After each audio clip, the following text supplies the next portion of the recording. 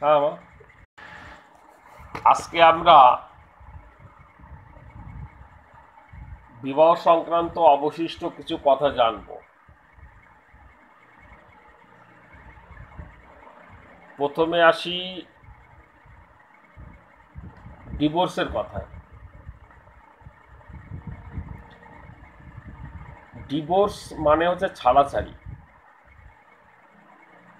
Sir record করেন sir. Divorce মানে হচ্ছে ছাড়াছাড়ি। তো ছাড়াছাড়ি কেন হয়? ছাড়াছাড়ি ভাব তো আমরা ষষ্ঠ ভাব থেকে দেখি।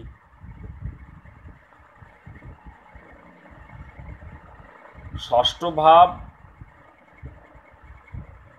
ডিভোর্সের জন্য প্রধান দায়ী। তো ষষ্ঠ ভাবের কথায় আমি আসব। তার আগে ছাড়াছাড়ি কেন হয় তার তো একটা কারণ আছে।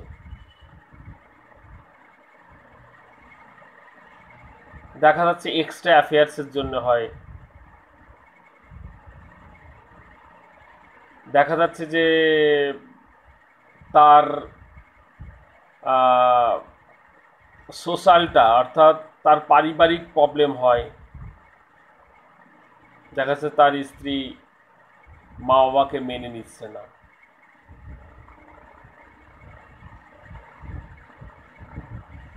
অথবা দেখা যাচ্ছে যে শয্যা সুখের সমস্যা।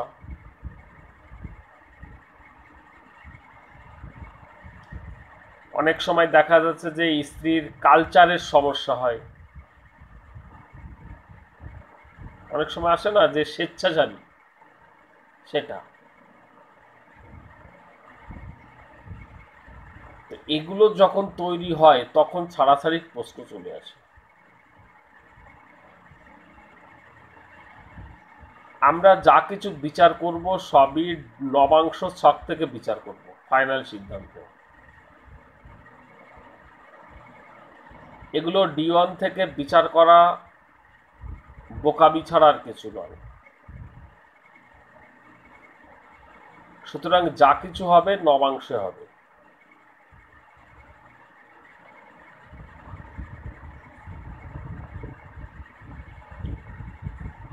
যদি দেখা যাচ্ছে যে ষষ্ঠ ভাব অশুভ রয়েছে, ষষ্ঠ ভাব অশুভ রয়েছে, অর্থাৎ নৈসর্গিক অশুভ গ্রহরা সেখানে রয়েছে বা দৃষ্টি দিচ্ছে, তাহলে বুঝতে হবে যে ষষ্ঠ ভাবটা খারাপ। এই ষষ্ঠ ভাবের সঙ্গে যদি সপ্তম ভাব জড়িয়ে যায়,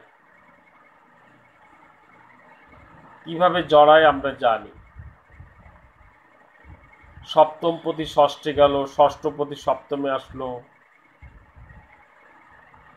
বা ষষ্ঠপতি সপ্তমপতি এক জায়গায় বসে রয়েছে কোনো একটা ভাবের মধ্যে, জড়িয়ে যায়,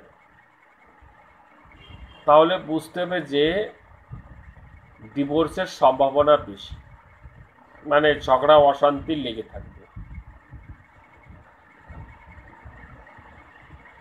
ঝগড়া অশান্তি লেগে থাকবে।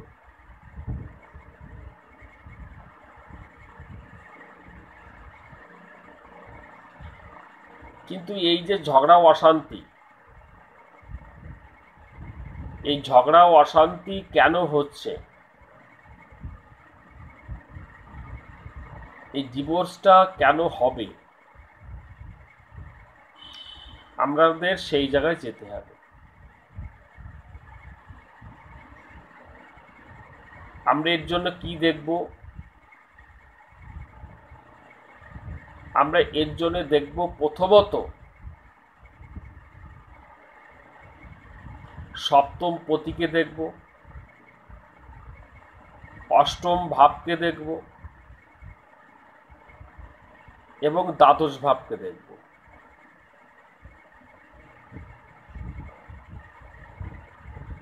সপ্তম ভাবকে দেখব, অষ্টম ভাবকে দেখব দ্বাদশ ভাবকে দেখব। এ কটা ভাব যদি খারাপ হয় তাহলে ডিভোর্সের প্রশ্ন আসে।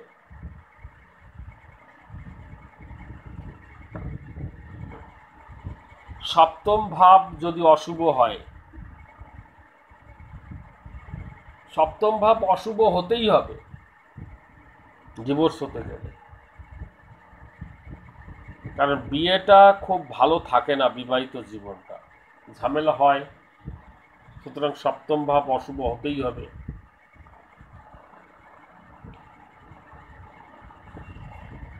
সপ্তম পতি প্রচন্ড শক্তিশালী হয়। আমি যেগুলো বলছি এগুলোকে হতেই হবে ডিভোর্স হতে গেলে। সপ্তম ভাব অশুভ হবে, সপ্তম পতিকে শক্তিশালী হতে হবে।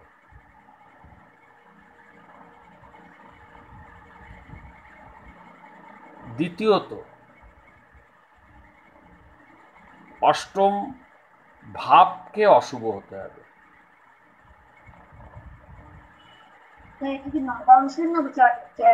আমি যা কিছু বলছি D9 বলছি, আমি যা কিছু বলছি D9 বলছি।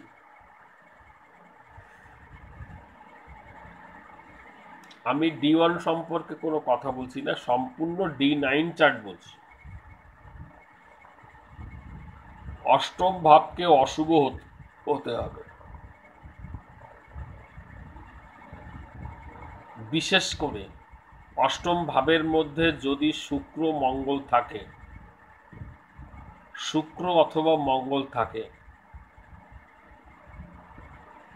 তাহলে ডিভোর্সের সম্ভাবনা এসে যায়।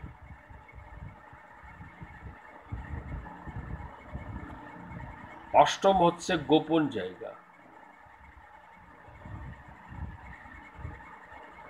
গোপন জায়গা, গুপ্ত অঙ্গের জায়গা। শুক্র অথবা মঙ্গল যদি অষ্টমে থাকে, প্রত্যেকের গুপ্ত অঙ্গের রক্ত সঞ্চালন ক্ষমতা বেড়ে যায়, অর্থাৎ অতিরিক্তভাবে ইন্দ্রিয় তৎপরতা লক্ষ্য করা যায়। এই জন্যে অষ্টম ভাবটা ভীষণ ইম্পর্টেন্ট। শুধু শুক্র মঙ্গল থাকলেই হবে না, অষ্টম ভাবকে অশুভ হতে হবে বলেছেন।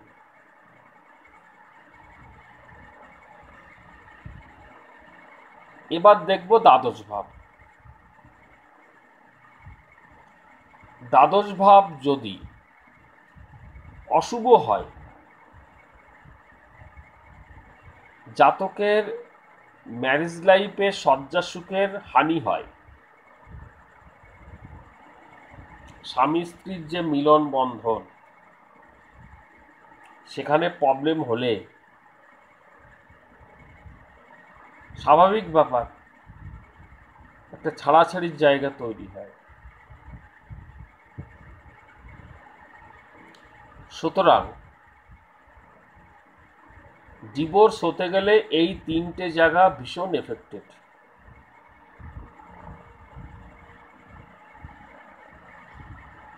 আমরা অনেক সময় দেখি সপ্তম ভাব অশুভ রয়েছে, সপ্তম পতি স্ট্রং আছে, ভালো কথা, কিন্তু অষ্টম ভাব শুভ আছে, দ্বাদশ ভাব শুভ আছে, কিন্তু সেকেন্ড হাউস ভীষণভাবে পীড়িত।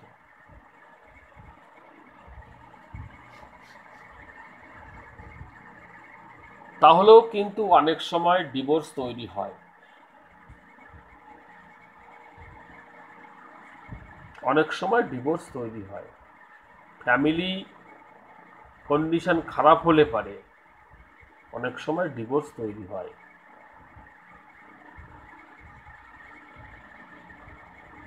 সুতরাং ডিভোর্সে যাওয়ার আগে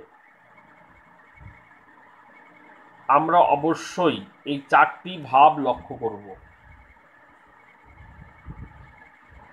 এই 4খানা ভাব লক্ষ্য করতে হবে।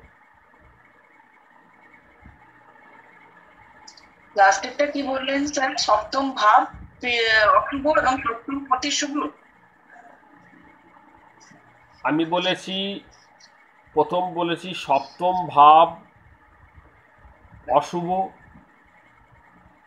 সপ্তম, অষ্টম, দ্বাদশ, দ্বিতীয়, এই 4টি ভাবই অশুভ হয়।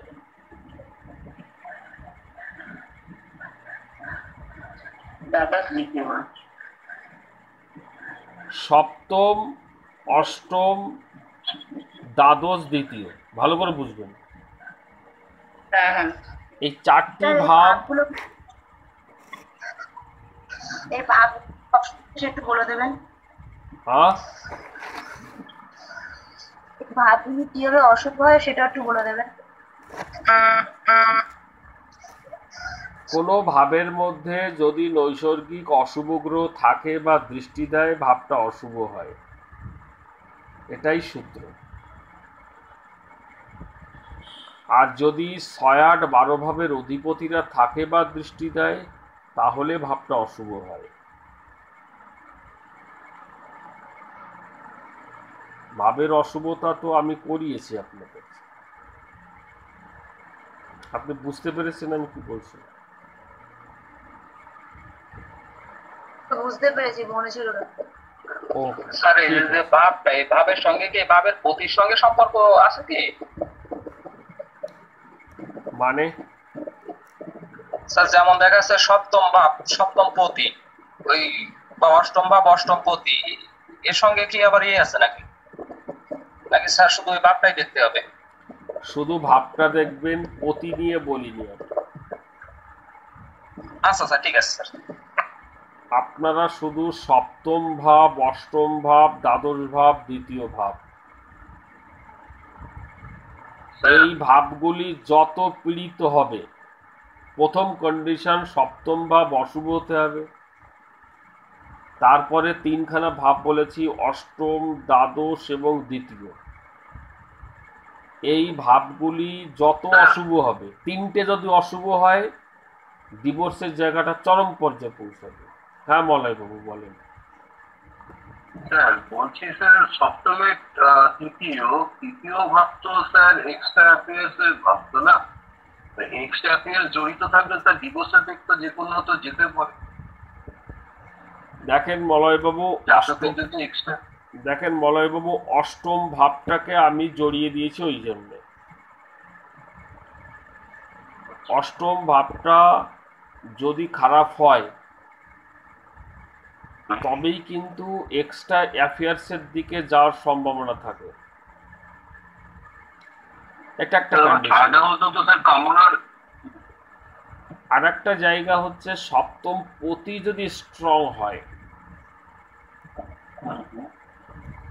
অনেক সময় এক্সট্রা অ্যাফেয়ার্সে যায় না,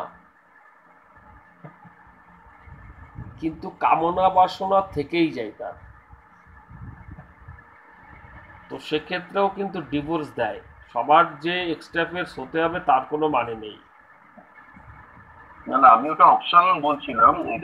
এইখানে অশুভ শুভ সমস্যা, তাহলে এক্সট্রা অ্যাফেয়ার্স তো একটা পয়েন্ট থাকতে পারে। সপ্তম পতি যদি স্ট্রং হয়, তাহলে এক্সট্রা অ্যাফেয়ার্সের সূত্রপাত ঘটে ওই জায়গাটায়, তার আগে কিন্তু হবে না। ওকে স্যার, বুঝতে পারছেন? ওই জন্য সপ্তম পতিটাকে নিয়েছি এখানে। ঠিক, ওকে। তো বিষয়টা বুঝুন আপনারা। এক্সট্রা অ্যাফেয়ার্স, ডিভোর্স হতে গেলে সবসময় মনে রাখবেন, আমি D9 ছক বলছি, সপ্তম ভাব, অষ্টম ভাব, দ্বাদশ ভাব, দ্বিতীয় ভাব অশুভ হতে হবে। সপ্তম ভাবকে অশুভ হতেই হবে, তা নাহলে ডিভোর্সের কোনো প্রশ্নই আসবে না। তো সপ্তম ভাব অশুভ হওয়ার পরে অষ্টম, দ্বাদশ, দ্বিতীয় এই তিনটে ভাবের যে কোনো দুটো ভাব অশুভ হয়ে গেলে ডিভোর্সের প্রশ্ন চলে আসে। আর তিনটেই যদি অশুভ হয় জোর কদমে ডিভোর্স হবে। এটা দেখার পরে এইবার যাব আদৌ ডিভোর্স হবে কিনা। এবার যাব ষষ্ঠ ভাবের মধ্যে। ষষ্ঠ ভাব যদি সপ্তম ভাবের সঙ্গে জড়িয়ে যায় এবং ষষ্ঠ ভাব যদি অশুভ হয় তাহলেই ডিভোর্স কমপ্লিট। কিন্তু সেক্ষেত্রে দ্বাদশ ভাবও কিন্তু অ্যাক্টিভেট হবে, অশুভ হতেই হবে। দ্বাদশ ভাবের সঙ্গে ষষ্ঠ ভাবের যেমন যোগসূত্র তৈরি হবে, অর্থাৎ ডিভোর্স হতে গেলে ষষ্ঠ ভাব দ্বাদশ ভাবকে পীড়িত হতে হবে আর 7 যোগ 6 যোগ 12 হতে হবে, তবে ডিভোর্স হয়ে যায়।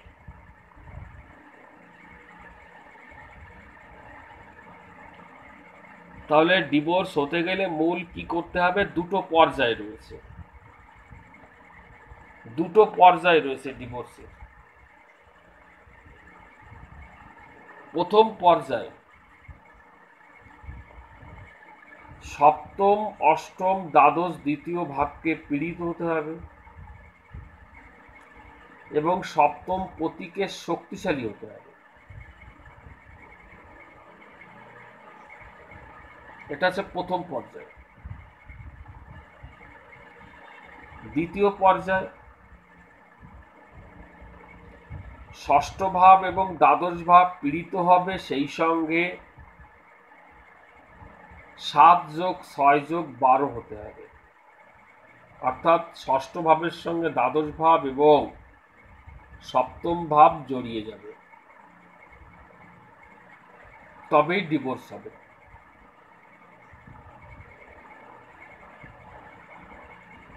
রীতা দেবী বলেন স্যার। আমি নেট অন ছিল কিন্তু লাইন আসেনি, তারপরে পরে দেখি ক্লাস হচ্ছে। আমি লিখে নিয়েছি সব কটা পয়েন্ট স্যার।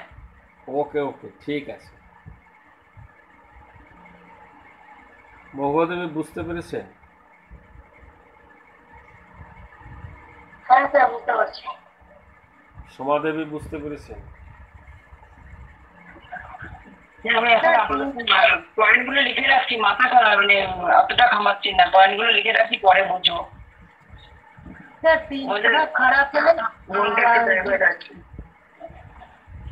হবে স্যার, দুটো ভাব আর দুটো ভাব ভালো, দুটো ভাব খারাপ হলে তখনও কি ডিভোর্স হবে স্যার? সপ্তম ভাব খারাপ হতেই হবে, সপ্তম পতিকে স্ট্রং হতেই হবে।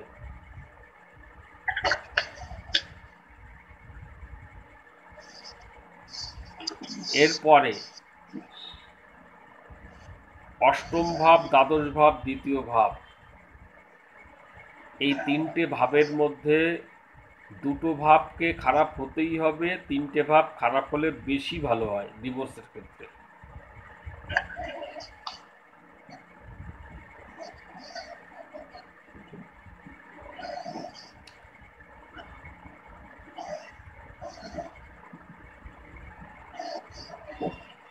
বোঝা গেছে? এটা ফার্স্ট কন্ডিশন। সেকেন্ড কন্ডিশন, ষষ্ঠ ভাব পীড়িত হবে, দ্বাদশ ভাব পীড়িত হবে এবং 6 যোগ 7 যোগ 12 হতে হবে।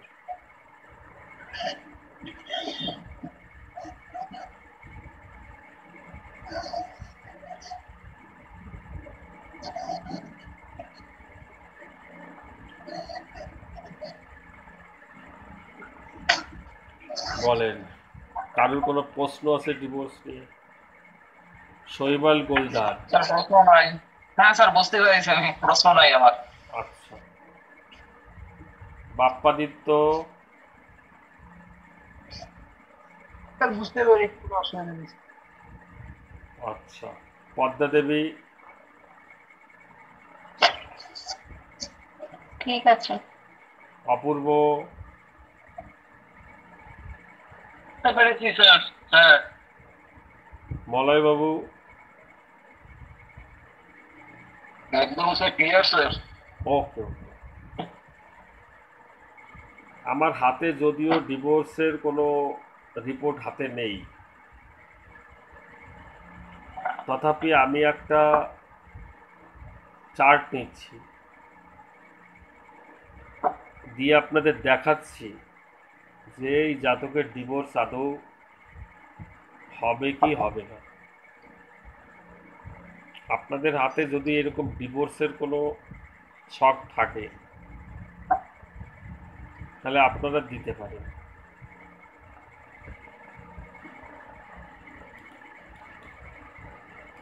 চলেন একটা ছক দিই আপনাদের।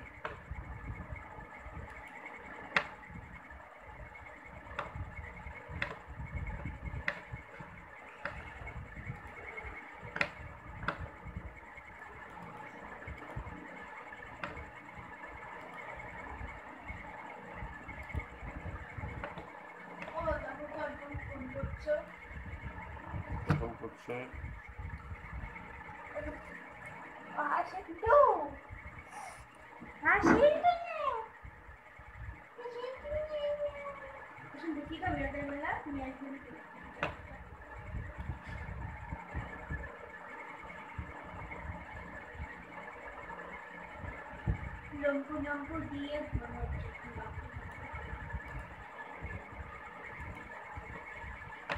আমার কাছে একটা আছে। আচ্ছা ঠিক আছে পদ্মা দেবী, আমি আপনারটা নিচ্ছি, যেটা পাঠিয়েছি এটা একটু খেয়াল করে নেবেন।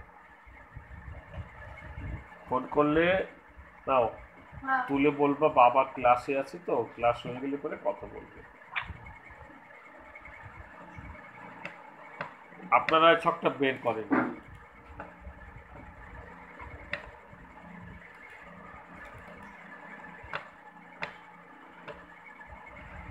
বের করেন, D9 চারটে বের করবেন, কোথাও সরাসরি D9 যাবেন।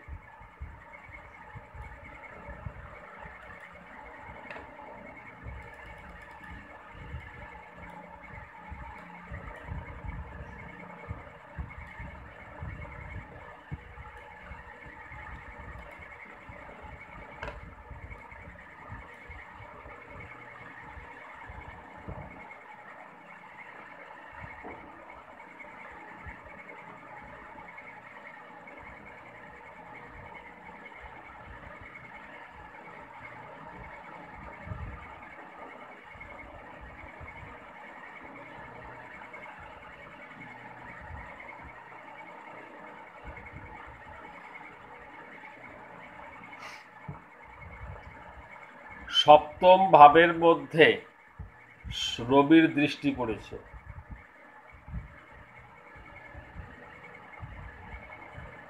সপ্তম ভাবের মধ্যে রবির দৃষ্টি পড়েছে, আর কোনো গ্রহের দৃষ্টি নেই বা প্রভাব নেই।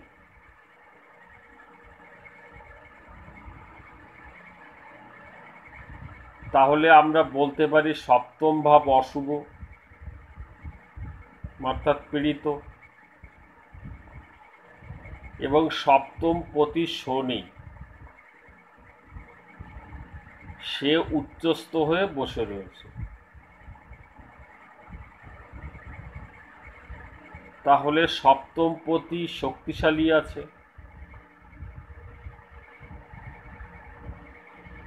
ঠিক আছে।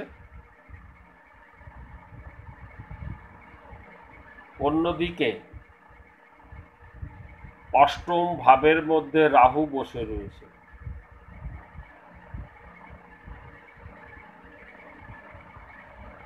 অষ্টম ভাবের মধ্যে রাহু বসে রয়েছে,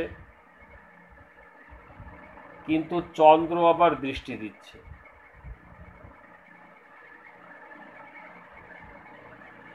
কাজী অষ্টম ভাব যে অতিরিক্ত অশুভ, এটা কিন্তু বলা যাবে না।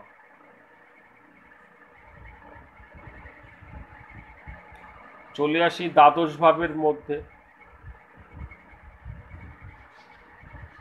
দ্বাদশ ভাবের মধ্যে মঙ্গলের দৃষ্টি পড়েছে, রাহুর দৃষ্টি পড়েছে, আর কোনো গ্রহের প্রভাব নেই।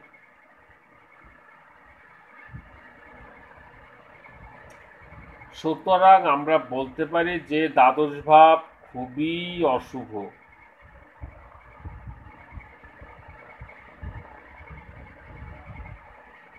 তাহলে আমরা ডিভোর্সের প্রথম পর্যায়ে কি সিদ্ধান্তে আসলাম? যে জাতকের ডিভোর্সের যে জায়গাটা রয়েছে,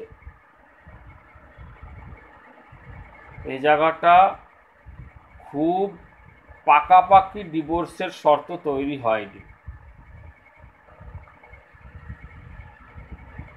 তাই না? কারণ অষ্টম ভাবের মধ্যে চন্দ্রের দৃষ্টি পড়েছে, রাহুরও দৃষ্টি পড়েছে। আবার এদিকে দ্বিতীয় ভাবের মধ্যে কেতু রয়েছে, দ্বিতীয় ভাবের মধ্যে চন্দ্র রয়েছে। সুতরাং দ্বিতীয় ভাবটা খুব যে অশুভ সেটাও বলতে পারছি না চন্দ্রের জন্য। কাজেই আমরা বলতে পারি যে ডিভোর্স হওয়ার জোরালো শর্ত কিন্তু এখানে নেই, তবে ডিভোর্স হওয়ার সম্ভাবনা রয়েছে।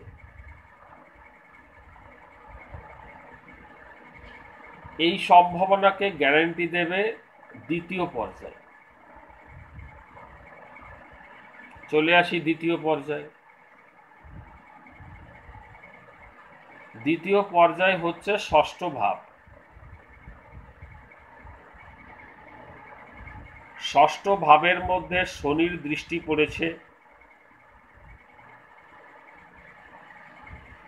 এছাড়া ষষ্ঠ ভাবের মধ্যে কোনো গ্রহের দৃষ্টি নেই।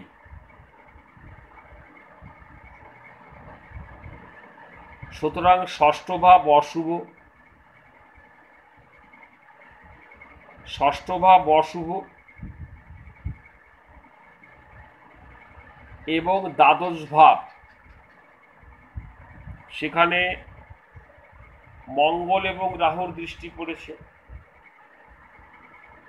সুতরাং দ্বাদশ ভাব অশুভ। সুতরাং ষষ্ঠ ভাবও অশুভ, দ্বাদশ ভাবও অশুভ, চরম অশুভ। এবার দেখব দৃষ্টিতে পড়েনি স্যার, শনি তো তুলায় আছে, সপ্তমী তো পড়েছে না, রাহু মঙ্গলের দৃষ্টি পড়েছে দ্বাদশে। ও আচ্ছা আচ্ছা, হ্যাঁ হ্যাঁ, আচ্ছা আচ্ছা। আর ষষ্ঠে শনির দৃষ্টি পড়েছে। হ্যাঁ স্যার, হ্যাঁ হ্যাঁ তো এইবার দেখব সপ্তম, ষষ্ঠ এবং দ্বাদশ ভাবের কানেক্ট আছে কিনা।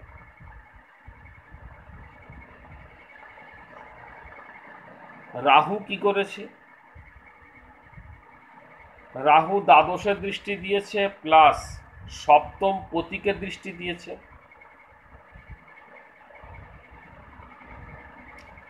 আবার শনি কি করেছে? শনি সপ্তম পতি হয়ে ষষ্ঠে দৃষ্টি দিয়ে রেখেছে।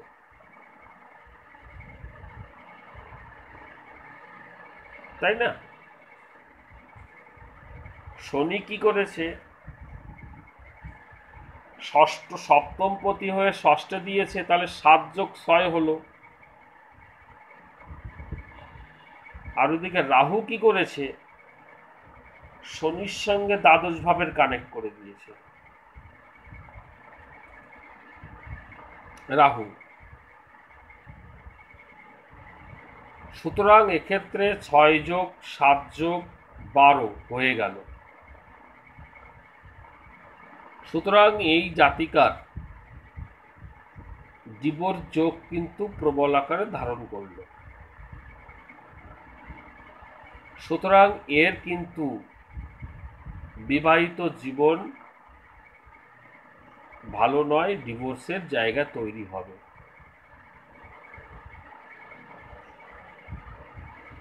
এবার আমরা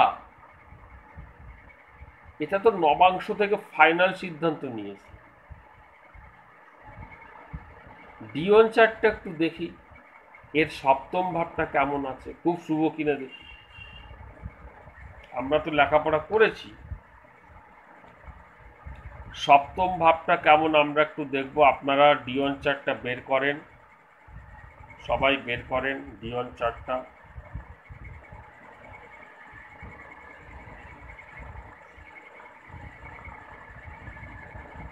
বের করেন।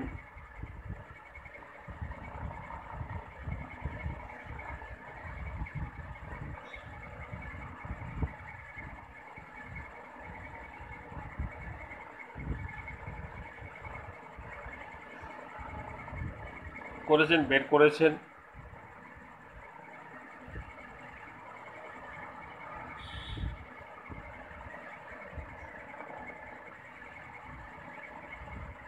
হ্যাঁ স্যার বের করেছি। চলেন দেখেন, এই জাতিকার সপ্তম ভাবে শনি বসে রয়েছে।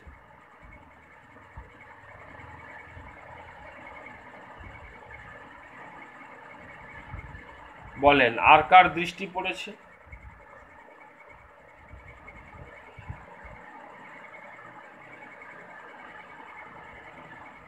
রাহুর দৃষ্টি পড়েছে। রাহু দাদার দৃষ্টি পড়েছে। এছাড়া কোনো শুভ গ্রহের দৃষ্টি বা অবস্থান আছে কি সপ্তমে? না স্যার নেই। তাহলে ডিওন চার্ট বলছে যে বিবাহিত জীবন ভালো নয়।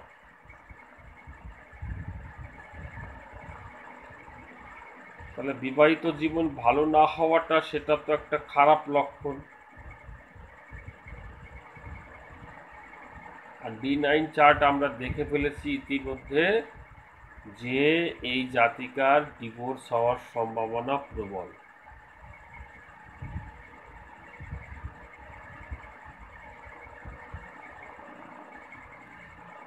আমি কি বুঝাতে পেরেছি? হ্যাঁ হ্যাঁ স্যার। স্যার বুঝতে পারছি। ওকে। হ্যাঁ পদ্মা দেবী, হ্যাঁ বলুন। আপনি শেয়ার করেন এবার।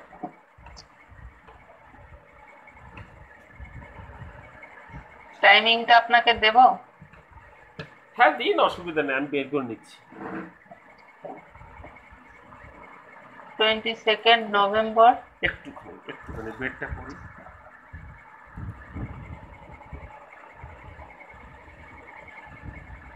ছেলে না মেয়ে? মেয়ে। আচ্ছা ওকে, বলেন। 22 নভেম্বর। 22 হুম। হ্যাঁ দাঁড়ান, 22 নভেম্বর, হ্যাঁ বলেন। 1995 1995 রাত্রি 1:10 রাত্রি 1:10 আসানসোল। আসানসোল।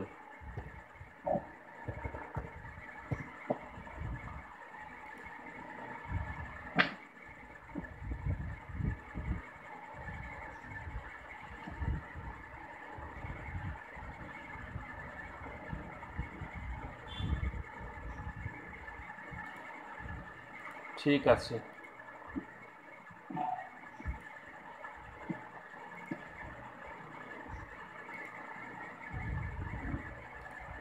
আমি সবাইকে শেয়ার করছি, আপনারা সবটা বের করেন।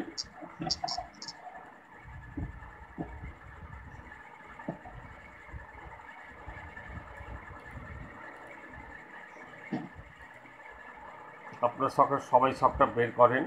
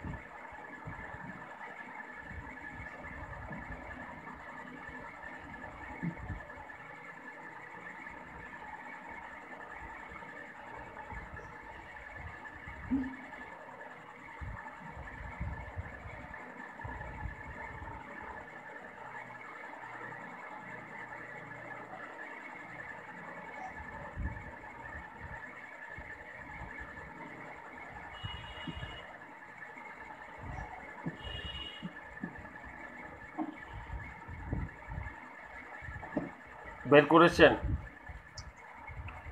হুম। আচ্ছা, ওকে। সরাসরি নবাংশ ছকের মধ্যে যান।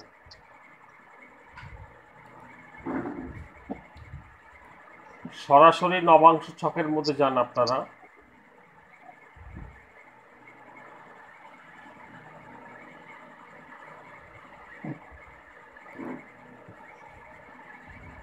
ওকে, নবাংশ ছকের মধ্যে সপ্তমে চলে যান।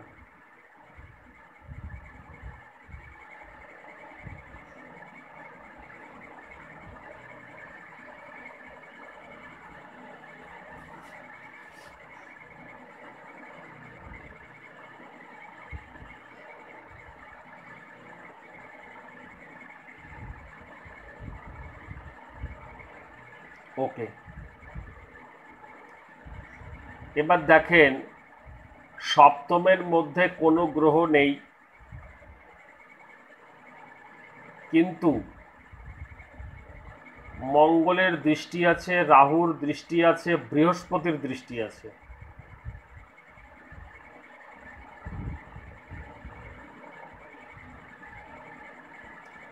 তাহলে বৃহস্পতির দৃষ্টি থাকাতে আমরা কিছুটা ভালো পেলাম, খুব যে অশুভ সেটা বলতে পারছি না। ভালো কথা। এবার সপ্তমপতি কতটা শক্তিশালী দেখি।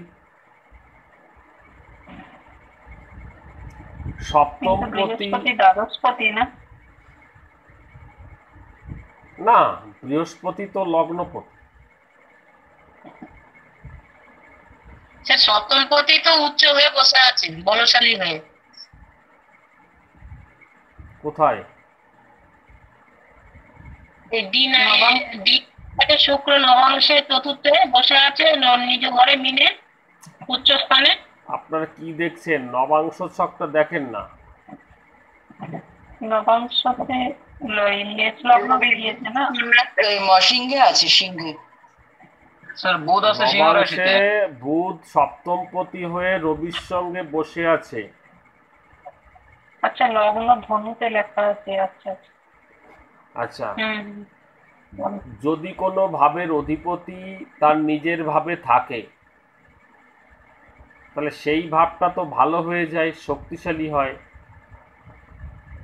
তো যদি কোনো ভাবের অধিপতি তার ডিসপোজিটরের সঙ্গে থাকে, তাহলে সেই পতিটা স্ট্রং হয়। আর বুধ রবিকে মিত্র মনে করে,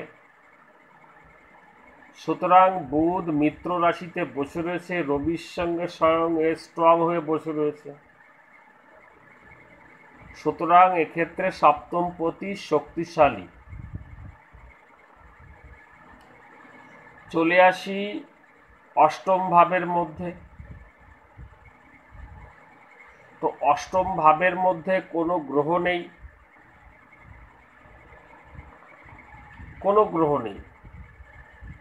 এই হ্যাঁ, অষ্টম ভাবের মধ্যে কোনো গ্রহ নেই, কিন্তু শনির দৃষ্টি আছে। এছাড়া আরো কোনো গ্রহের দৃষ্টি নেই। তাহলে অষ্টম ভাব অশুভ। চলে আসি দ্বাদশ ভাবের মধ্যে। দ্বাদশ ভাবের মধ্যে শনি চন্দ্রের দৃষ্টি আছে এবং রাহুর দৃষ্টি আছে। চন্দ্রের দৃষ্টিটা ভালো, তবে চন্দ্র অষ্টমপতি, সুতরাং মন্দের ভালো। আমরা এক্ষেত্রে দ্বাদশ ভাবকে পীড়িতই বলবো, খুব শুভ বলবো না, অষ্টমপতি তো, সুতরাং দ্বাদশ ভাব পীড়িত। চলে আসি সেকেন্ড হাউসের মধ্যে।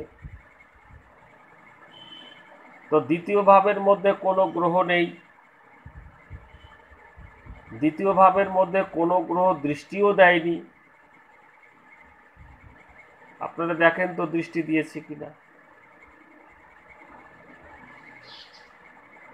দৃষ্টি দেয়নি। ঠিক আছে,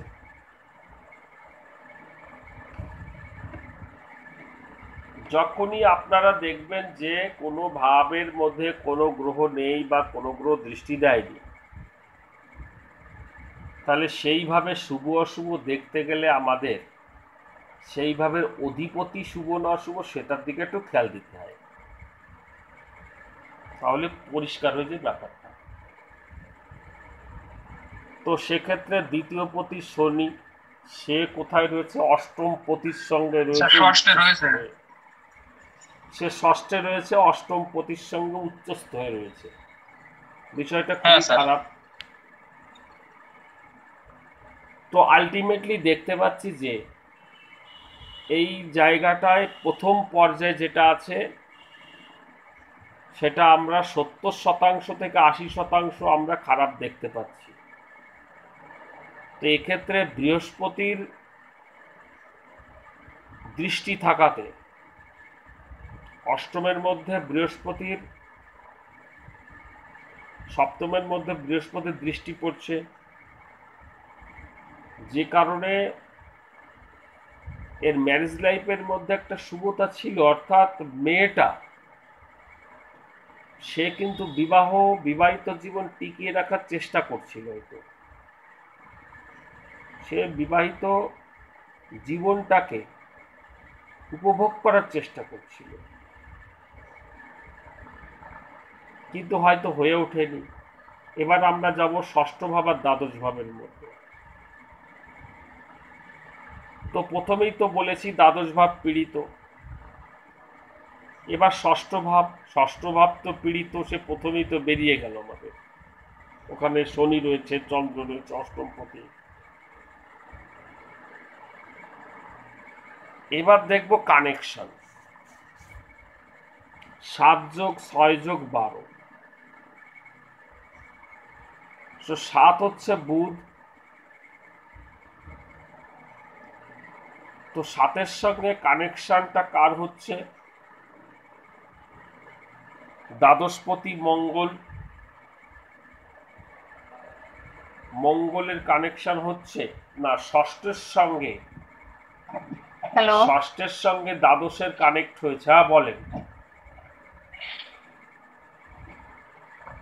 হ্যালো, হ্যাঁ বলেন পদ্মা দেবী, শুনতে পাচ্ছি না। শুনতে পাচ্ছেন?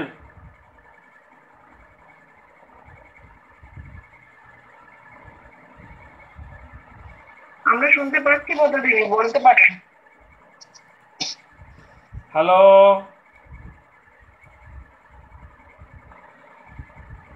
আপনার বোধহয় নেটে কোনো সমস্যা হচ্ছে। আমার কথা যদি শুনতে পান, আপনি লাইনটা কেটে দিয়ে নতুন করে অ্যাড হন, তাহলেই হয়তো ভালো হবে।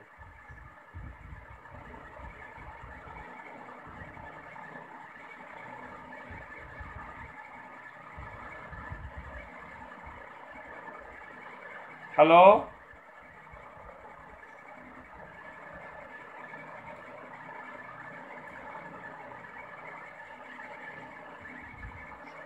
পদ্মা দেবী মনে হয় শুনতে পাচ্ছেন না।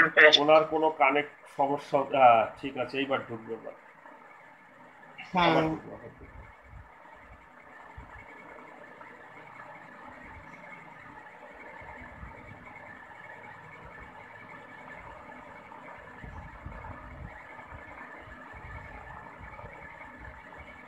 পদ্মা দেবী শুনতে পাচ্ছেন?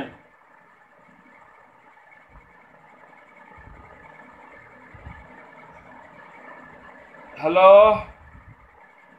কোন রকম ভাবে কানেকশন ফলস হচ্ছে। আমরা আলোচনায় আসি। সপ্তমপতি বুধ, সপ্তম ভাবের মধ্যে কিন্তু দ্বাদশপতির দৃষ্টি পড়েছে, তাহলে 7 যোগ 12 তৈরি হলো। ঠিক আছে,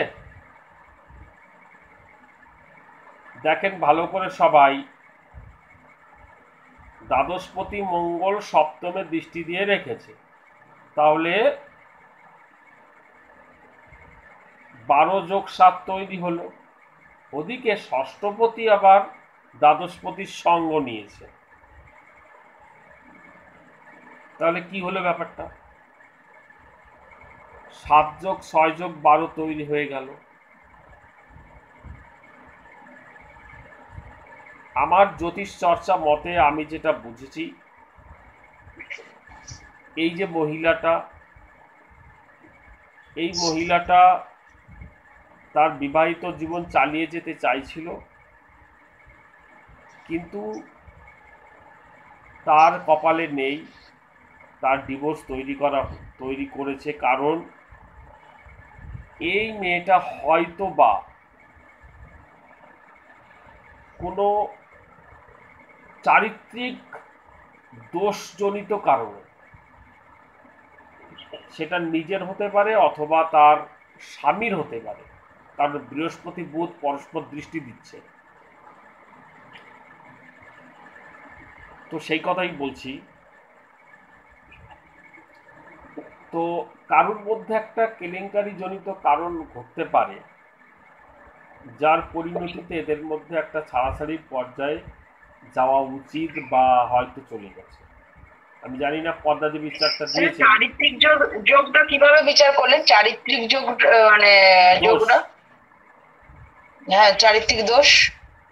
দেখেন, সপ্তম পতি স্ট্রং হয়ে বসে রয়েছে এবং সেক্ষেত্রে লগ্নপতি বৃহস্পতি থার্ড হাউসে বসে রয়েছে। হ্যাঁ, বুঝতে পারছেন? হ্যাঁ। ওদিকে থার্ড হাউসের অধিপতি শনি, সে ষষ্ঠে বসে আবার অষ্টম পতির সঙ্গে রয়েছে। অষ্টম হচ্ছে গোপন জায়গা। চন্দ্র এখানে শনিকে গোপন করবে, শনি এমনিও গোপনের কারক গ্রহ। তো সেই শনি আবার থার্ড হাউসের দৃষ্টি দিয়ে রেখেছে, মানে তার ভাবটাকে সেভ করার চেষ্টা করছে। ঠিক আছে, সেক্ষেত্রে একটা চারিত্রিক দোষ তৈরি হচ্ছে এক্ষেত্রে। অর্থাৎ স্বামী স্ত্রীর মধ্যে সম্পর্ক এমনি খারাপ না, বাট পরস্পরের মধ্যে একটা চারিত্রিক দোষজনিত কারণে এখানে একটা ছাড়াছাড়ির পর্যায়ে যেতে পারে। পদ্মা দেবী আমাদের কাছে কি নিউজ দেয় আমরা শুনতে পারবো পদ্মা দেবীর কাছ থেকে। হ্যালো পদ্মা দেবী। হ্যাঁ, আপনি তো শুনতে পেয়েছেন আমার কথা? না, কিচ্ছু শুনতে পাইনি।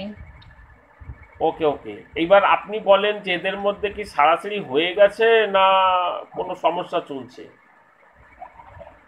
না, হয়ে গেছে। আচ্ছা আচ্ছা, এখন কিসের জন্য হয়েছে কি বলা যাবে না সেটাকে বন্ধ রাখতে হবে? ছেলের সমস্যা ছিল। আচ্ছা ওকে। সোমা দেবী। হ্যাঁ স্যার, বলেন। আপনি যেটা বলেছেন সেটা মিলে গেছে। হ্যাঁ স্যার, এখনই বলেছেন। হ্যাঁ হ্যাঁ হ্যাঁ। পদ্মা দেবী, দেখেন ব্যাপারটা হচ্ছে যে এদের মধ্যে সরাসরি মেয়েটা কিন্তু সংসার করতে চেয়েছিল, বাট একটা বিশেষ সমস্যা, চারিত্রিক দোষ, আমি কথাটা বলেছিলাম, আপনি রেকর্ডটা শুনে নেবেন। রেকর্ড শুনলে পরিষ্কার বুঝতে পারবেন যে কেন হয়েছিল ব্যাপারটা। যে দুজনের মধ্যে একটা চারিত্রিক দোষজনিত কারণে প্রবলেম চলে আসে, যে কারণে এদের মধ্যে ডিভোর্সটা তৈরি হয়ে গেছে।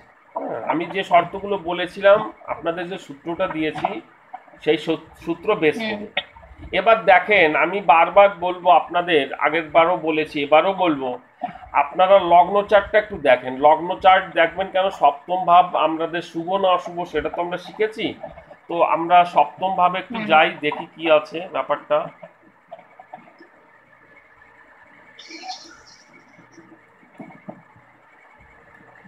সপ্তম ভাবটা মোটেই ভালো নেই আর কি। সপ্তম ভাবটা দেখেন, রাহুর দৃষ্টি আছে। সপ্তম ভাবে তো শনি বসে রয়েছে,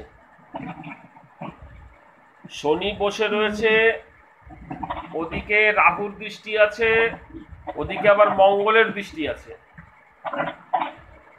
ঠিক আছে, কোনো শুভ গ্রহের দৃষ্টি পড়েনি, কিন্তু তিনটে অশুভ গ্রহ সপ্তম ভাবকে পীড়িত করে বসে রয়েছে। সুতরাং সপ্তম ভাব ভীষণ অশুভ, ম্যারেজ লাইফ টেকেনি।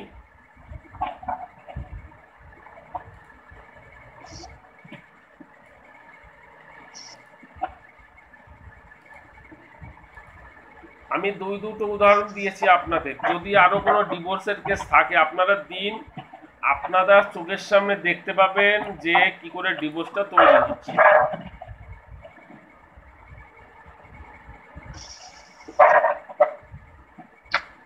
এদের এই ভাবগুলো ভালো করা যেত না স্যার আগে থেকে?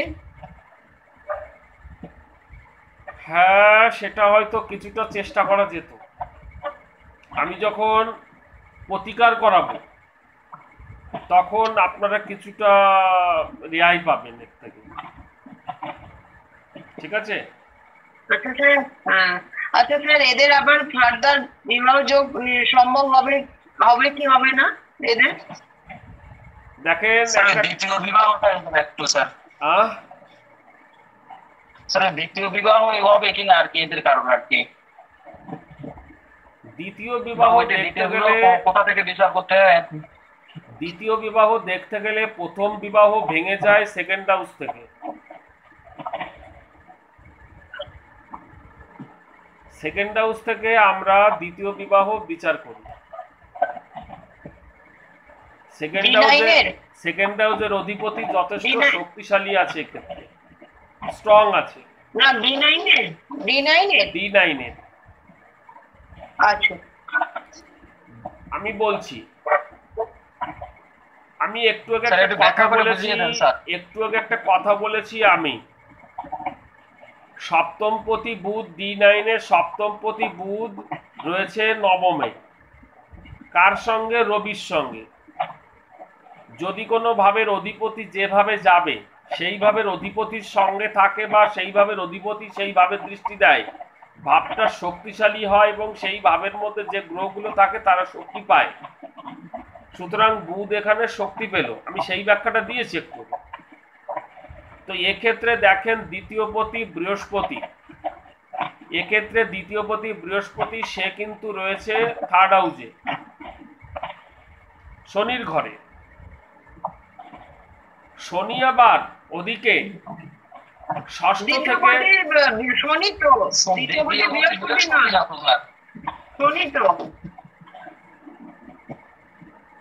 বাবা শনির ঘরে রয়েছে বৃহস্পতি।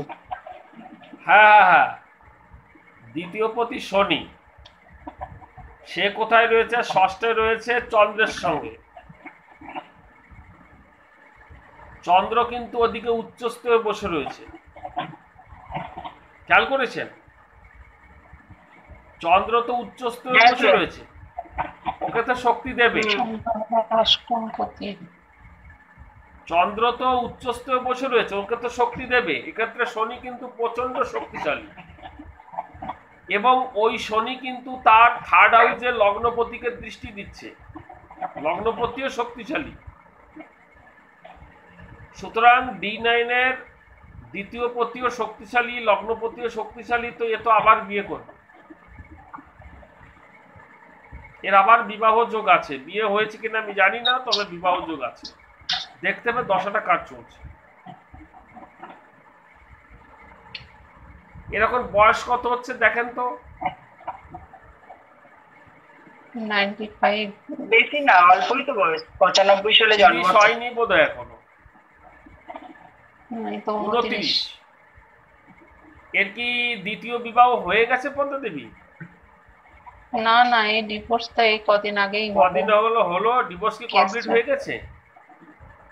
হ্যাঁ। আচ্ছা, ডিভোর্স কমপ্লিট হয়ে গেছে। এখন মেয়ে বাড়ির চিন্তা, অবশ্যই মেয়ে যখন তখন দ্বিতীয় বিবাহ হওয়ার একটা ইচ্ছা আছে। এইবার দেখতে হবে যে দ্বিতীয় বিবাহ হবে কিনা। হবে তো অবশ্যই। তো সেক্ষেত্রে দশাটা কাজ চলছে একটু দেখে নিয়ে বলে দিচ্ছি বিবাহটা কবে হতে পারে। এক্ষেত্রে শনির দশা চলছে, ঠিক আছে?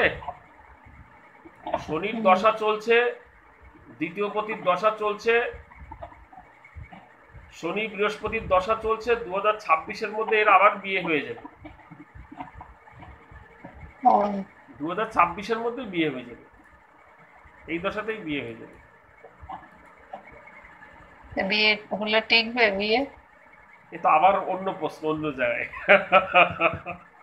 ঠিক আছে, আচ্ছা, টিকার প্রশ্ন দেখতে গেলে আমরা নবম ভাব দেখবো।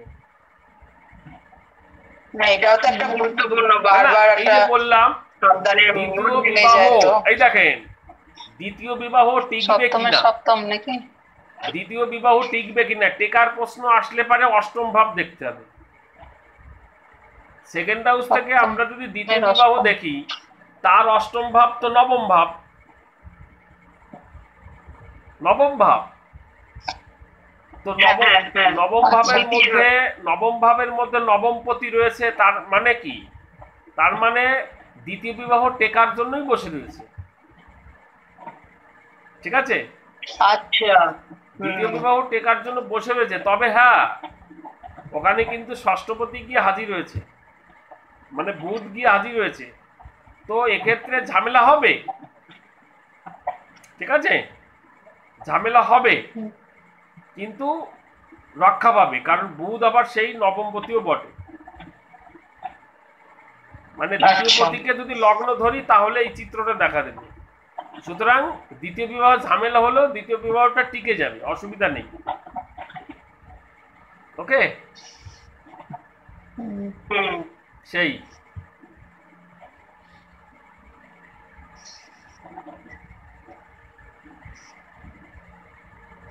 তাহলে দ্বিতীয় বিবাহ দেখতে গেলে ওই D9 এ আপনার সেকেন্ড হাউসে লগ্ন ধরে বিচার করতে হবে।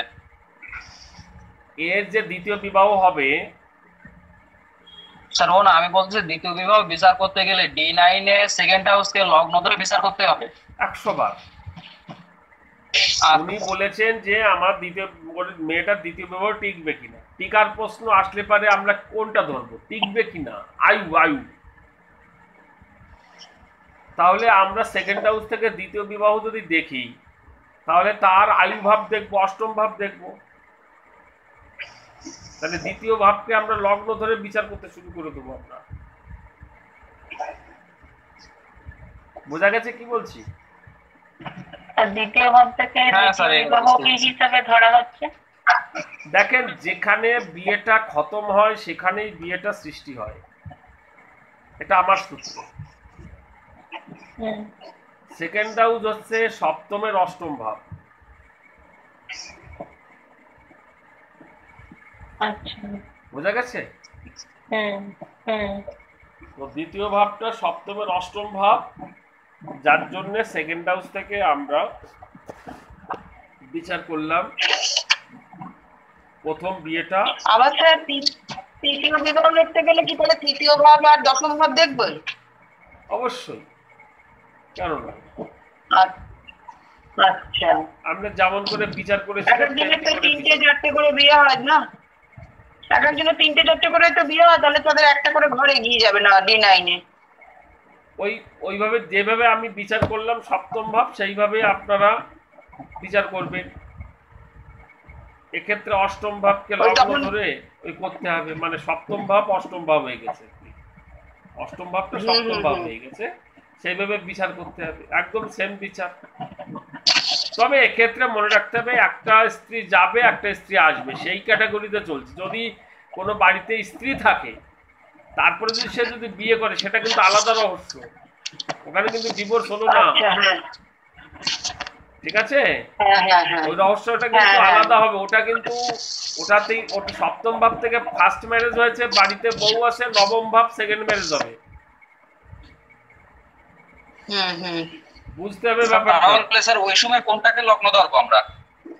নবম ভাবকে লগ্ন ধরবো আমরা, সপ্তম ভাব নবম ভাব হয়ে যাবে। আচ্ছা স্যার, ওটা সতীনের ঘর। আমি বলতেছি কি, দেখা যাচ্ছে সে ঘরে বউ আছে কিন্তু ফিরে আবার বিয়ে করতেছে, তখন স্যার ওই আপনার ওই নবম ভাবকে লগ্ন ধরে আমরা বিচার করব। আরে বাবা, এটা বুঝো না কেন? সতীনের ঘর কোনটা? সতীন মানে তো তার বোন। হ্যাঁ স্যার। সপ্তমের বোনের ঘর কোনটা? স্যার সপ্তমের তৃতীয়, তাহলে নবম ভাব। নবম ভাব সতীনের ঘর। ও স্যার, তাহলে নবম ভাবকে ওই এক ধরে আমরা ওইটা হিসাব করবো। হ্যাঁ, নবম ভাবকে তখন ধরতে হবে, নবম ভাবকে ধরে বিচার করতে হবে। আচ্ছা স্যার, আচ্ছা স্যার।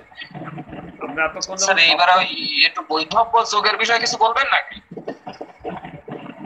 হ্যাঁ স্যার বৈধব্য যোগের বিষয়ে কিছু বলবেন নাকি স্যার, পরে ওই একসময় বলবেন? বৈধব্য যোগটা কেমন করে তৈরি করতে, D9 এ চলে যাও, বৈধব্য যোগ সম্পর্কে বলছি। বৈধব্য যোগ হচ্ছে D9 এ যেতে হবে, D9 এর অষ্টমের দিকে তাকাতে হবে। অষ্টম ভাব যদি অশুভ হয় এবং অষ্টম পতি যদি দুর্বল হয় তাহলে সেটাকে বৈধব্য যোগ বলে। ঠিক আছে, মেয়েদের ক্ষেত্রে বৈধব্য যোগ। বিবাহের লংজিভিটি, হ্যাঁ স্যার বিবাহের লংজিভিটি, তাই তো? বিবাহের লংজিভিটি। আচ্ছা স্যার, বুঝতে পেরেছি।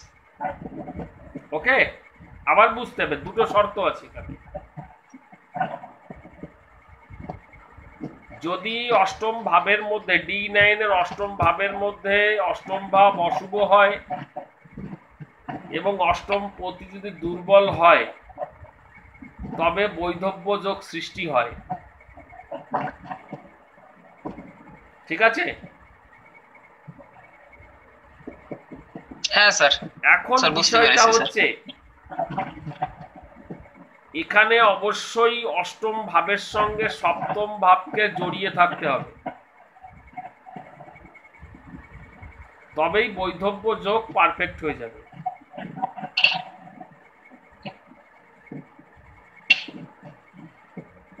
আমি কি বোঝাতে পেরেছি? হ্যাঁ স্যার, বুঝতে পেরেছি। যদি লগ্নপতি অষ্টম ভাবের সঙ্গে জড়িয়ে যায় তাহলে কিন্তু স্পাউসের বৈধব্য যোগ হবে, আর সপ্তম ভাব যদি জড়িয়ে যায় তাহলে জাতক বা জাতিকার বৈধব্য যোগ হবে।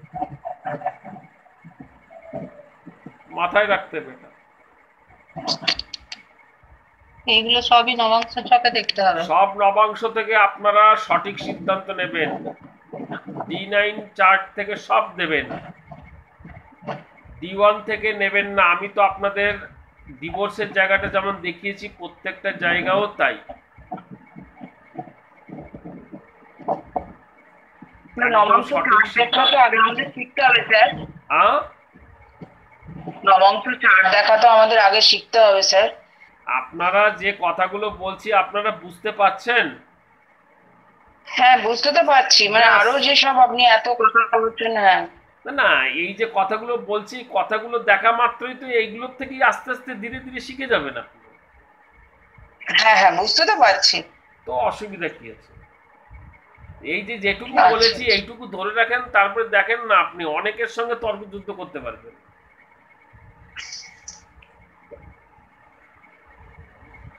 তাহলে স্যার ওই D9 এর লগ্ন মানে যদি সমস্যা হয় তাহলে ওটা স্পাউস, আর যদি আছে 7 বা মানে সপ্তম ভাবে সমস্যা হয় তাহলে আছে জাতক বা জাতিকা।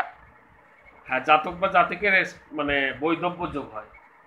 বৈধব্য যোগ, হ্যাঁ হ্যাঁ স্যার, ঠিক আছে, বুঝতে পেরেছি। ঠিক আছে, মুদ্রা কথা শোনো। হ্যাঁ স্যার।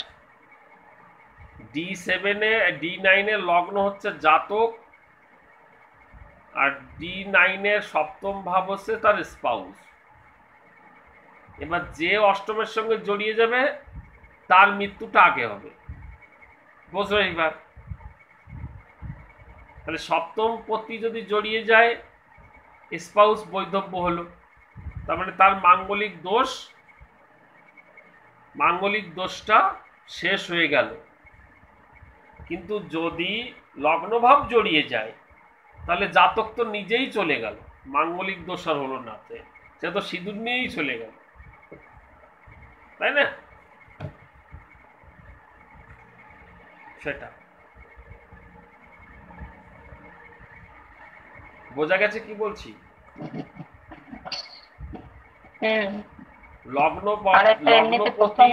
লগ্নপতি যদি অষ্টম ভাবের সঙ্গে জড়িয়ে যায় তাহলে জাতক D9 এ, হ্যাঁ, তাহলে জাতকের বৈধব্য যোগ হয় না, স্পাউসের বৈধব্য যোগ হয়।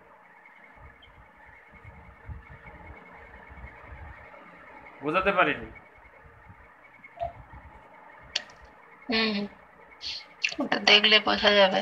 আর একটা এমনি প্রথম বিবাহ কখন হবে সেটা কি করে বোঝা যাবে? দেখেন, ফার্স্ট ম্যারেজ কখন হবে, আপনাদের এই যে কখন হবে এটা তো দশার গোচর বলে। কখন হবে এই জিনিসটা আপনাদের শেখাবো, একদম সহজ জিনিস, কিন্তু সেই সহজ জায়গাটা এখনই মুখ খুলে আপনাদের কঠিন লাগবে। কখন হবে টাইমটা কিন্তু সম্পূর্ণ দশার ব্যাপার এবং গোচরের ব্যাপার, ঠিক আছে? তো দশা গোচর যখন শেখাবো, আলটিমেটলি এই যোগগুলো হয়ে যাওয়ার পরেই শেখাবো, আপনারা পরিষ্কার জানতে পারবেন। তো সেই সময় বললে আমার মনে হয় ভালো হবে। সব প্রশ্নের উত্তর আপনি পেয়ে যাবেন। কখন চাকরি হবে, কখন প্রেম হবে, কখন সন্তানাদি হবে, কখন ডিভোর্স হবে, কখন বিবাহ হবে, এই কখনের উত্তর সব পেয়ে যাবেন আপনি। সব দশার মধ্যে আর গোচরের মধ্যে আছে। ওকে, আচ্ছা, বিবাহ সংক্রান্ত ব্যাপারটা নিয়ে আর কোনো প্রশ্ন আমাদের বাকি থাকলো? পরের দিন সন্তান নিয়ে আলোচনা করব।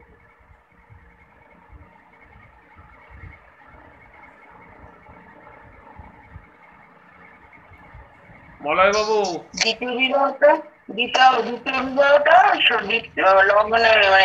ঘরটাকে দেখতে হবে। হ্যাঁ, দ্বিতীয় ঘরটাকে সপ্তম ভাব মনে করে দেখবেন আপনি। লগ্ন মনে করে দেখতে হবে।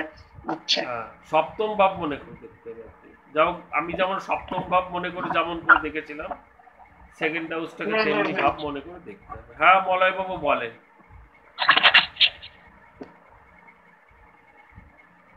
আর বিবাহিত জীবন কেমন হবে সেটা কিভাবে বোঝা যাবে? বিবাহিত জীবন কেমন হবে অবশ্যই D1 এর সপ্তম ভাব দেখে বলবেন। যদি D9 এর যে কোনো বিবাহ মানে ফার্স্ট সেকেন্ড থার্ড সব। ফার্স্ট ম্যারেজ তো সপ্তম ভাব, সেকেন্ড ম্যারেজ যেখানে হবে সেই ভাবটা দেখতে হবে, মানে অষ্টম ভাব। হ্যাঁ। আচ্ছা, তো আপনারা মনে রাখবেন D1 এর সপ্তম ভাব, D1 এর সপ্তম ভাব ফার্স্ট ম্যারেজ। হ্যাঁ মলয় বাবু, বুঝতে পারছেন? দারুন দারুন স্যার, দারুন। আচ্ছা আচ্ছা, থ্যাংক ইউ। D1 এর সপ্তম ভাব যদি ভীষণভাবে পীড়িত হয় তাহলে বুঝতে হবে বিবাহিত জীবন ভালো যাবে না। যদি D1 এর সপ্তম ভাবের মধ্যে শুভ অশুভ উভয় গ্রহ থাকে তাহলে বুঝতে হবে যে ম্যারেজ লাইফে ঝগড়া অশান্তি থাকবে, বাট টিকে যাবে, কারণ ওই যে কিছু শুভ গ্রহ আছে বা দৃষ্টি আছে। আর যদি D1 এর সপ্তম ভাবের মধ্যে শুভ গ্রহ অবস্থান করে বা দৃষ্টি দেয়, কোনো অশুভ গ্রহ না থাকে, তাহলে বুঝতে হবে যে তার ম্যারেজ লাইফ সুন্দর চলবে। এই সিম্পল ব্যাপারটা মাথায় রাখবে। আর সপ্তম ভাবে কোনো গ্রহের দৃষ্টি না থাকলেও, কোনো গ্রহ ওই যে অবস্থান না বললাম, করলেও, তাহলে সপ্তম ভাবের মধ্যে যদি কোনো গ্রহ না থাকে বা কোনো গ্রহ দৃষ্টি না যায়, তাহলে সেক্ষেত্রে জাতকের বিয়ে হওয়াটা একটু সমস্যা হয় বটে, কিন্তু ঝুট ঝামেলা হবে না, ওই মেয়ে খুঁজে পাওয়া যায় না। কিন্তু সপ্তম পতিকে দেখতে হবে, তখন সপ্তম পতি শুভ আছে না অশুভ আছে, ব্যাস সেইটু দেখতে হবে। সপ্তম পতি যদি শুভ হয় তাহলে ম্যারেজ লাইফ ভালো চলবে, সপ্তম পতি যদি অশুভ হয় তাহলে ম্যারেজ লাইফ খারাপ চলবে। এটা যেমন দেখবেন, তেমনি করে আরেকটা সাইন আছে আমাদের, সেটি হচ্ছে কি D9 দেখতে হয়, ঠিক আছে? D9টা দেখতে হবে D9 এর সপ্তম ভাবটা শুভ আছে না অশুভ আছে, এটা একটা দেখবেন। আর একটা দেখবেন D9 এর লগ্নপতি কোন ভাবে রয়েছে, সপ্তম পতি কোন ভাবে রয়েছে, এটা দেখতে হয়। আপনার ওই যে যদি D1 এর মধ্যে সপ্তম ভাবের মধ্যে কোনো গ্রহ না থাকে বা কোনো গ্রহ দৃষ্টি না দেয়, সেক্ষেত্রে এই শর্তগুলো দেখতে হয়।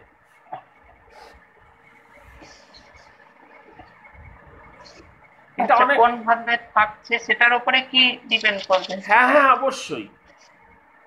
ধরেন D9 এর লগ্নপতি যদি ষষ্ঠ ভাবের মধ্যে যায়, তাই না, জাতক নিজে ঝামেলা পাকাবে বিবাহিত জীবনে, ও নিজে ঝামেলা পাবে। আচ্ছা, আর যদি সপ্তম পতি ষষ্ঠের মধ্যে যায়, তাহলে বুঝতে হবে স্পাউস গন্ডগোল তৈরি করবে।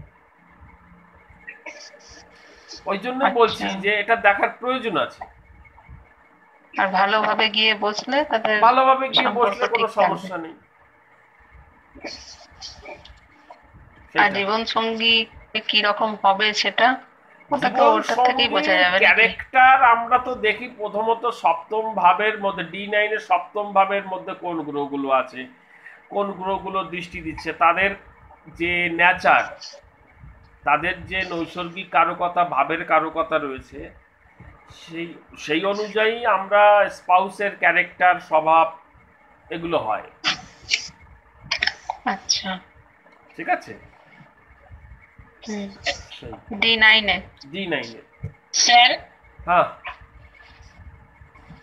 বলেন। এই সপ্তম ভাবের সঙ্গে ধরেন অষ্টম ভাব যোগ হলো, এবার এটা তো বৈধব্য যোগ তৈরি হলো, কিন্তু এর সঙ্গে না, যদি তৃতীয় ভাব রীতা দেবী, অশুভ হয়, অশুভ রীতা দেবী, বৈধব্য যোগ হতে গেলে অষ্টম ভাবকে অশুভ হতে হবে, অষ্টম পতিকে দুর্বল হতে হবে, তারপরে সপ্তমের হ্যাঁ। সঙ্গে অষ্টমের বা লগ্নপতির সঙ্গে কানেক্ট হতে হবে। হ্যাঁ হলো তো। এবার দেখা গেল যে তৃতীয় ভাবে অশুভ এবং তৃতীয় ভাবে অশুভ গ্রহ রয়েছে, যোগ হলো, তাহলে তো এই বিবাহিতা হয়েও মানে সে তো সুইসাইড করতে পারে, সেটাও কি আছে? তৃতীয় ভাব মানে না না, তৃতীয় ভাবে ভাবও অশুভ হলো এবং তৃতীয় ভাবে অশুভ গ্রহ, তাহলে অনেকে যে মানে স্বামীর ঘরেই সুইসাইড করে না, সেই কথাটাই আমি বলতে চাইছি। ও সুইসাইড নোটটা,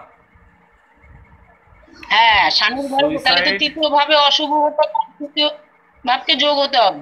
সুইসাইড নোটটা হচ্ছে শনি আর ইয়ে করে, আপনার শনি আর রাহু সুইসাইডের জন্য, সুইসাইডের কারক।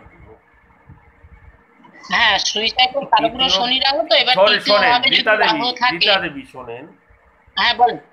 যদি দেখা যাচ্ছে অষ্টম ভাবের অধিপতি দুর্বল আছে বা অষ্টম ভাব অশুভ আছে, মানে বিবাহিত জীবনে টেকসইটা ভালো নেই, কিন্তু দেখতে হবে থার্ড হাউস হচ্ছে মৃত্যুর প্রকৃতির বিচার করে, আমি মরবো কিভাবে।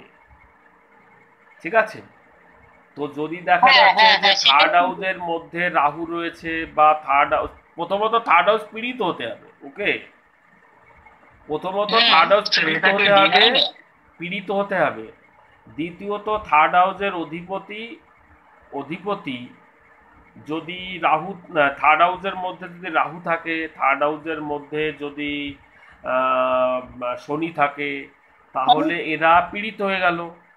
তো এরা থাকলে পারে এদের জায়গাটা হচ্ছে ওই হ্যাঙ্গিং হয়, গলায় দড়ি, বিষ খাওয়ায়, প্রবলেমগুলো চলে আসে।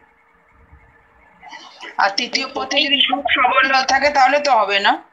হ্যাঁ, পতি যদি বলশালী, পতি যদি তৃতীয় পতি যদি বলশালী থাকে, না এখানে, বলশালী শুভ গ্রহ থাকলে তাহলে এখানে হবে না। এখানে বলশালী, এখানে তৃতীয় পতির বলশালী কোনো কাজ করে না।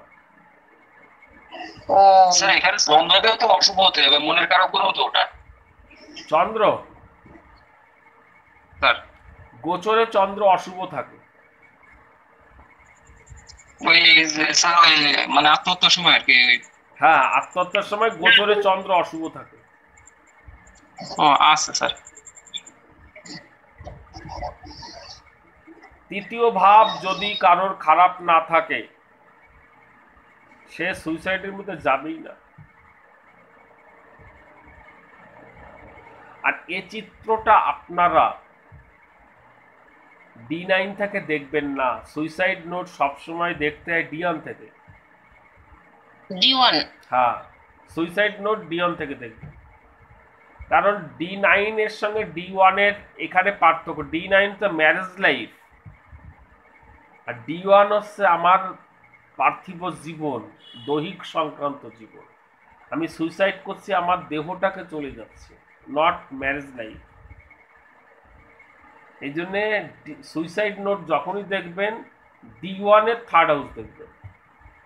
থার্ড হাউস যদি পীড়িত হয়, ওখানে যদি রাহু শনি থাকে, তাহলে একটা প্রবলেম থাকে কিন্তু, ঠিক আছে? তাহলেই প্রবলেমটা থাকে, এটা হচ্ছে ব্যাপার।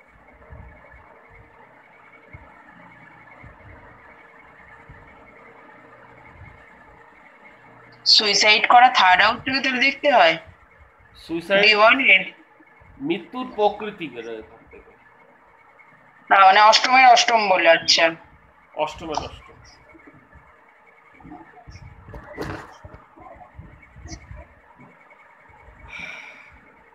ঠিক আছে, তাহলে রেকর্ডিং বন্ধ করে দিই।